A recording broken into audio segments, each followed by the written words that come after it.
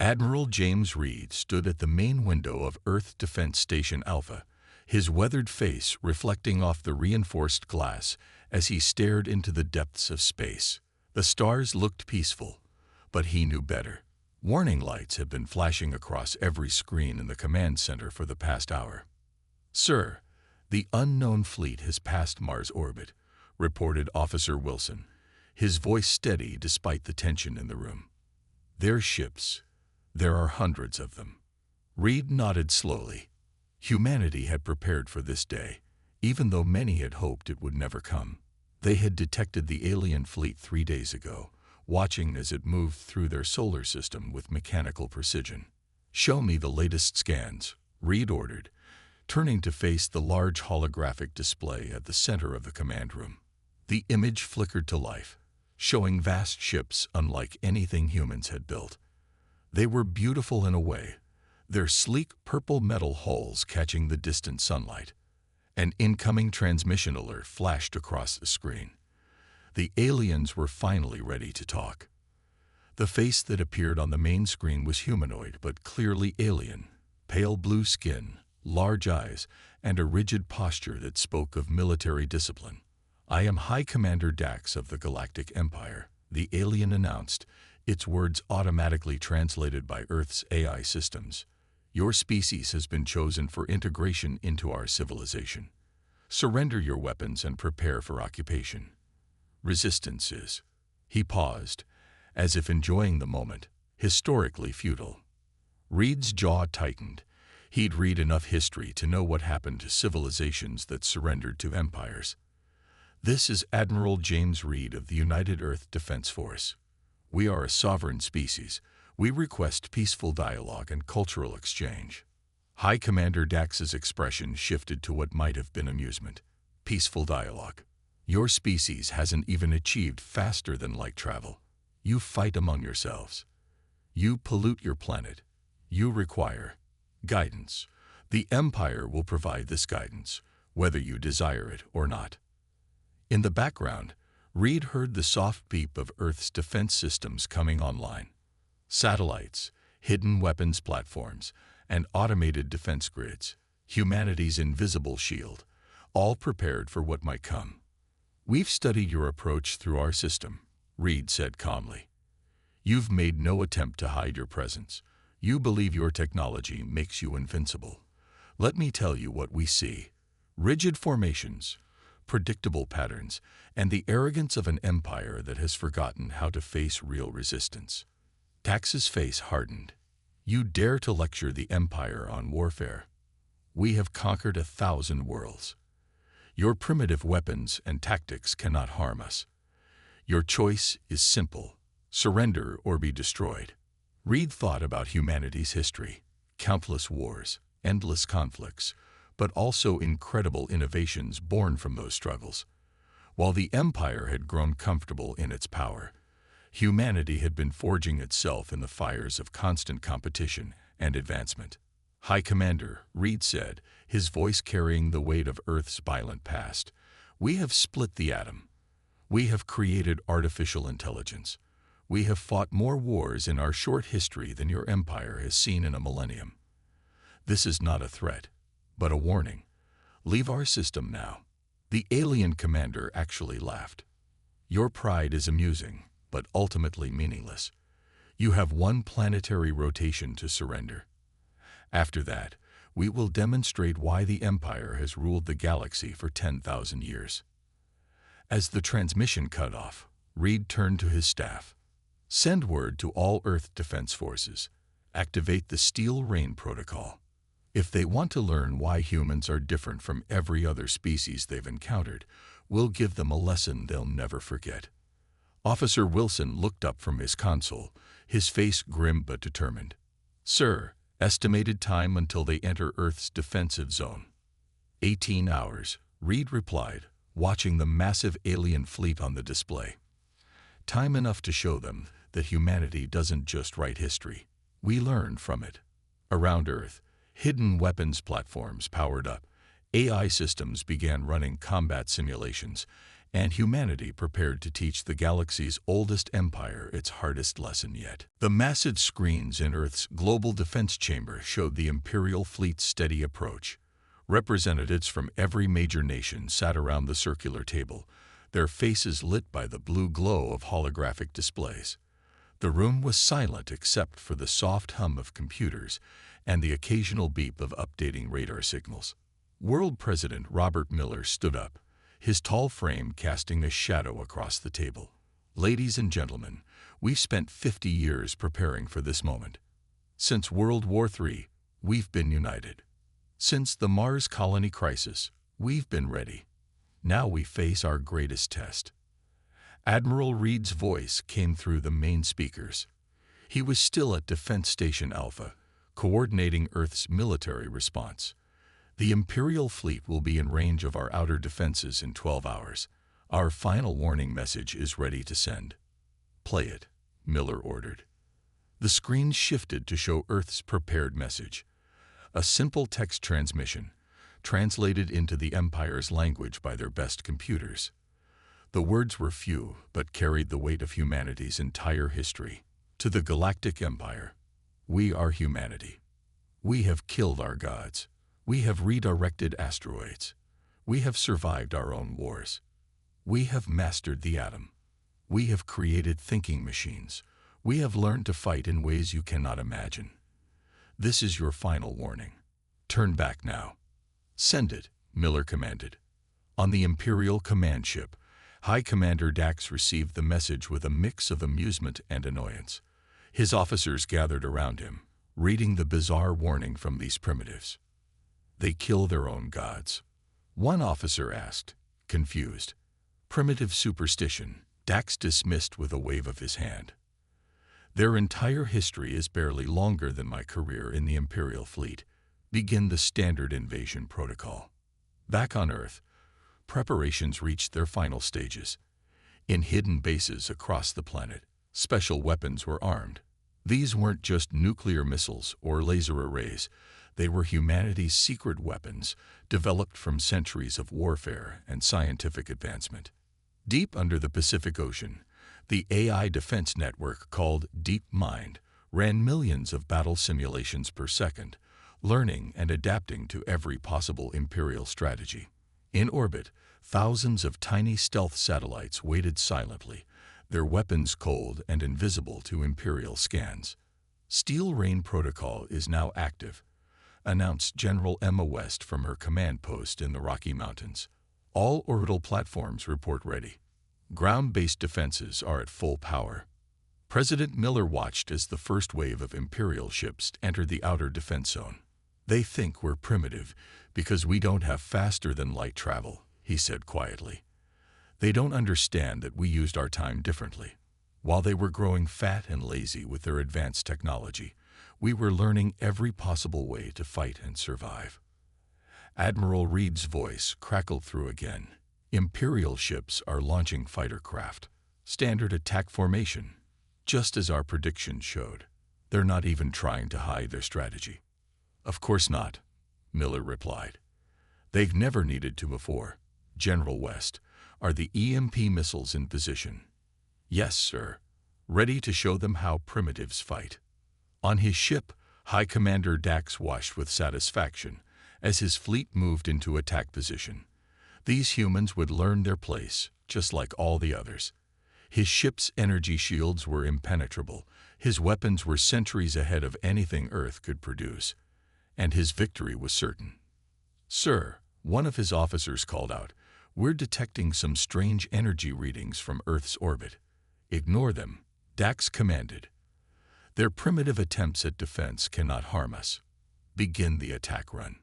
The Empire's ships moved forward in perfect formation, their weapons charging, their shields humming with power. They didn't notice the thousands of tiny objects moving in the darkness around them. They didn't detect the massive energy buildup happening beneath Earth's oceans. They didn't realize that their rigid, unchanging military doctrine was about to meet humanity's greatest strength, the ability to adapt, improvise, and overcome. The first battle for Earth was about to begin, and humanity was ready to show the galaxy why their warning should have been heeded. The Imperial fleet's first attack wave moved forward like a wall of gleaming metal. 500 ships, each one larger than Earth's biggest aircraft carrier, approached with absolute confidence.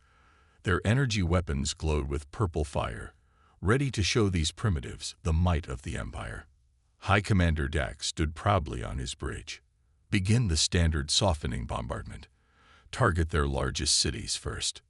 Sir, his weapons officer called out, we're detecting small objects all around our fleet.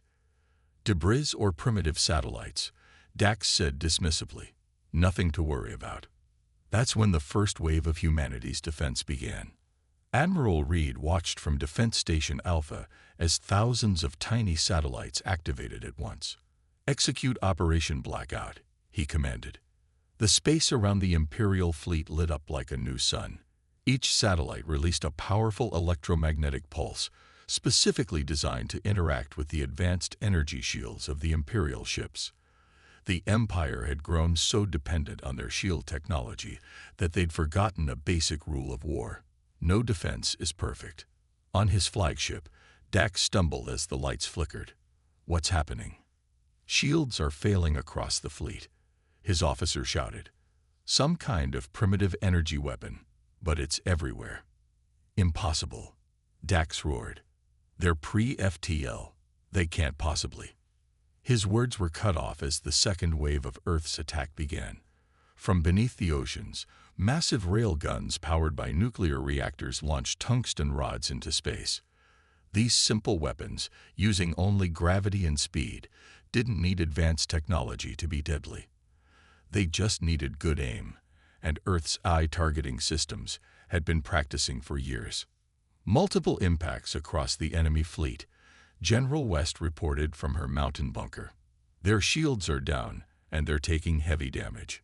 Moving to Phase 3. Earth's small but lethal space fleet rose from their hidden bases on the far side of the moon. These ships weren't beautiful like the Imperial vessels. They were ugly, practical things, built for one purpose: war. At their head flew the EDS Thunder, commanded by Captain Mark Steele. All ships, execute attack pattern Delta, Steele ordered, just like we practiced. Show them how humans fight. The Earth ships darted between the larger Imperial vessels like angry wasps. Their weapons weren't as advanced as the Empire's, but they didn't need to be. Humanity had learned long ago that you don't need to destroy an enemy ship to defeat it.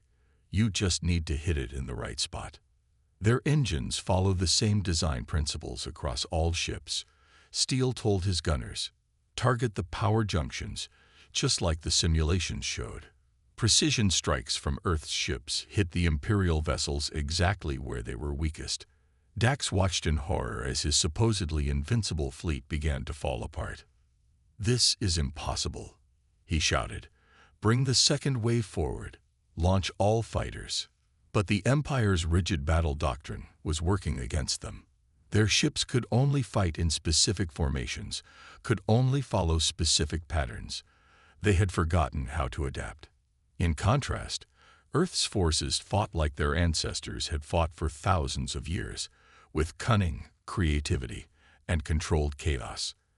The AI defense network analyzed every Imperial response and predicted their moves before they made them. Sir, Officer Wilson reported to Admiral Reed, the enemy fleet is falling into disarray. Their combat doctrine doesn't account for shield failure. They don't know how to fight without their primary defense. Reed nodded grimly. The Empire has ruled so long they've forgotten the most important rule of warfare. No plan survives contact with the enemy. The battle continued to rage across Earth's orbit. Imperial ships, struggling without their shields, tried to maintain their perfect formations, even as Earth's forces struck from every direction. Their superior technology meant nothing against an enemy who had spent their entire history learning to fight smarter, not just stronger. As the first hour of combat ended, humanity had done what the Empire thought impossible. They had won the first battle, but Admiral Reed knew this was just the beginning. The Empire wouldn't take this defeat lightly, and Earth needed to be ready for what came next. High Commander Dax stood before the holographic display of his damaged fleet, his pale blue skin now almost white with rage. The first battle had been a disaster. 20 Imperial ships destroyed, 40 more damaged, and all because of these primitives. Launch the entire fleet, he commanded, his voice cold. All 10,000 ships. We will crush them with pure numbers. Back on Earth, Major Tom Walker sat in the cockpit of his stealth fighter, hidden in the asteroid belt between Mars and Jupiter. His small squadron of 12 ships watched as the massive Imperial Armada approached. "Remember, folks," he said to his pilots, "we're not here to fight fair. We're here to win." The Imperial ships moved forward in a massive wave, their formations perfect despite their numbers. They had learned some lessons from the first battle. Their shields now pulsed at different frequencies to resist Earth's EMP weapons. Admiral Reed studied the approaching fleet from Defense Station Alpha. "They've adapted their shields," he noted, "but they're still thinking like an empire, not like survivors." The massive Imperial fleet split into 3 groups, planning to attack Earth from multiple directions. It was a good strategy, but it was exactly what humanity had expected them to do. "Major Walker," Reed called over the secure channel. "Operation Ghost is go." "Copy that," Walker responded. "Time to show them some old Earth tricks." His squadron of stealth fighters carried special weapons, modified nuclear missiles designed to work in space. The Empire, with their advanced technology, had never considered using such primitive weapons. They didn't understand that sometimes the old ways were the best ways. Walker's squadron struck the Imperial supply ships first. Their nuclear weapons, detonating in the vacuum of space, created electromagnetic pulses that rippled through the Imperial formation. Supply ships carrying fuel and ammunition began to explode, creating chain reactions throughout the fleet. "Barbarians," High Commander Dax shouted as he watched his support ships burn. They used the weapons of savages. But humanity was just getting started. From hidden bases across the solar system, hundreds of small, fast attack ships emerged. They didn't try to fight the Imperial ships directly. Instead, they targeted engines, weapons, and communication systems, just like ancient pirates attacking larger vessels. Captain Lisa Stone led one such attack group. Her ships darted between the massive Imperial vessels, firing precision shots at crucial systems. "Remember your training," she told her pilots. "Hit and run. Don't give them a chance to focus their fire." The Imperial fleet's perfect formation began to break apart as they tried to deal with attacks coming from all directions. Their ships were designed for grand battles between large fleets, not this kind of chaotic combat. "Sir," Officer Wilson reported to Admiral Reed, "the Empire's trying to establish their standard battle lines, but our ships aren't letting them. Their doctrine is falling apart." Reed nodded. "Humans learned guerrilla warfare thousands of years ago. The Empire never needed to learn it because they were always the stronger force. Until now." The battle spread across the entire solar system. Earth's forces refused to mass together, instead fighting in small groups that struck hard and disappeared. Imperial ships, trying to maintain their rigid formations, found themselves shooting at empty space, while human vessels attacked from unexpected angles.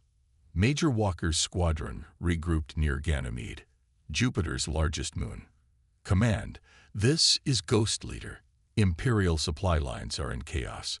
Their ammunition ships are either destroyed or running scared." High Commander Dax watched in growing horror as his mighty fleet was picked apart by an enemy he couldn't seem to fight properly. These humans didn't follow any of the standard rules of space combat. They fought like insects, he spat. Annoying, primitive insects. But these insects were winning. The Empire's massive fleet, designed to overwhelm any enemy with its sheer size, was being defeated by an enemy that refused to fight on their terms. As the battle entered its 5th hour, humanity had proven something important. Sometimes the smart way to fight a stronger enemy was to not fight them at all. at least not the way they expected. The war had been raging for 3 days. Debris from destroyed ships filled Earth's orbit, creating a new ring of metal around the planet. In his command center, High Commander Dax received the most shocking report in Imperial history. "Sir," his intelligence officer said, trembling, "we've lost over 2,000 ships. The humans, they're using our own wreckage as weapons." Dax stared at the tactical display in disbelief. The humans had attached engines to large pieces of destroyed Imperial ships, turning them into guided missiles. They were using the Empire's own technology against them.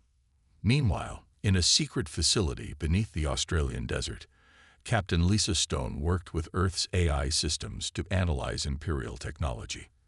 They had captured several damaged Imperial ships, and what they found changed everything. "Admiral Reed," she reported via secure channel, "their ships all used the same computer systems. They never expected anyone to breach their hulls, so they never developed any internal security." Reed's voice crackled back. "Can we use this?" "Better," Stone replied. "We already are. Our eyes have cracked their communication codes. We can predict their moves before they make them." The next battle proved her right. When the Imperial fleet launched another attack, Earth was ready. Human ships broadcast fake Imperial commands, causing confusion in the enemy ranks. Some Imperial ships even fired on their own allies, unable to tell friend from foe. Major Walker led his squadron through the chaos, watching as the mighty Empire's fleet fell into disarray. "Look at them scrambling," he told his pilots. "They don't know how to fight when their perfect system breaks down." The Empire had ruled space for so long that they'd forgotten a crucial lesson. The most dangerous enemy is one who has nothing to lose. Humanity, fighting for its very survival, was willing to try tactics that the Empire considered beneath them. In his mountain bunker, President Miller received an urgent message from the DeepMind AI network. It had completed its analysis of Imperial warfare patterns and found something surprising. "They haven't developed any new tactics in over 500 years, Miller announced to his War Council. "They haven't needed to. Until now." General West nodded. "Then it's time for Operation Thunderstrike." Across the solar system, hidden human bases activated. Thousands of small automated drones launched into space. These weren't weapons. They were decoys, designed to confuse Imperial sensors. Each one broadcasted signals that made it appear like a full-sized warship. High Commander Dax watched in horror as his sensors showed human ships appearing everywhere. "Impossible. There can't be this many." "Sir," his sensor officer shouted, "we can't tell which signals are real ships and which aren't." That's when Earth launched its real attack. From behind Mars, the planet's entire reserve fleet appeared. These ships carried humanity's latest weapons, designed specifically to fight the Empire. Rail guns firing shells filled with nanobots that ate through Imperial hull metal.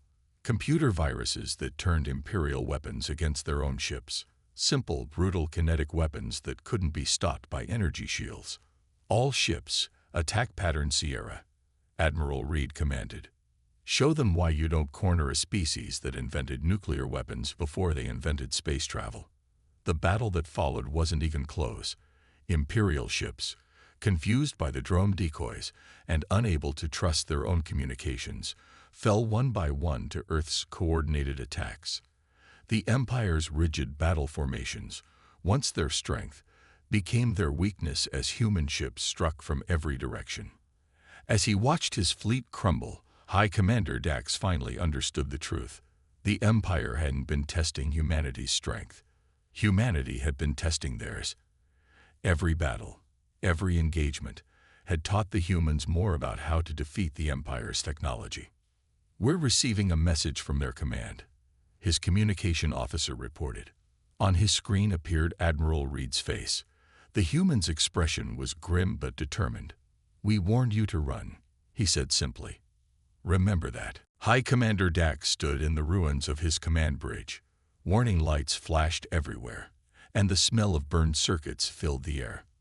His mighty fleet, once 10,000 ships strong, was now reduced to less than 3,000 functioning vessels.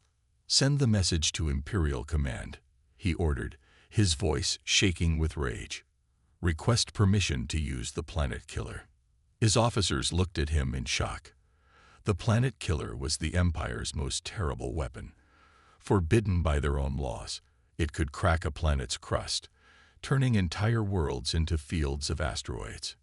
On Earth, DeepMind detected the Imperial transmission. The AI system had broken their codes days ago and now monitored all their communications. "They're preparing something big," Captain Stone reported to Admiral Reed. "Something they call a Planet Killer." Reed's face darkened. "Can we stop it?" "Better," Stone smiled. "We can steal it." The next 12 hours saw the most daring operation in human history. While the main Earth fleet kept the Imperial forces busy, special teams of human hackers worked with AI systems to penetrate deeper into Imperial networks. Major Walker led a group of stealth ships close to the Imperial command ship. "Remember," he told his team, "we just need to get close enough to upload the virus. The AI will do the rest." In his mountain bunker, President Miller watched the operation unfold. "Are we sure this will work?" General West nodded. "The Empire's greatest weakness is their pride. They never thought anyone could understand their technology, so they never protected against this kind of attack." The virus, created by combining human ingenuity with AI processing power, spread through the Imperial network like wildfire. It was designed to do one thing: take control of their weapons. High Commander Dax was preparing to fire the Planet Killer when his weapons officer screamed, "Sir, we're losing control of all systems." Across the Imperial fleet, ships began powering down.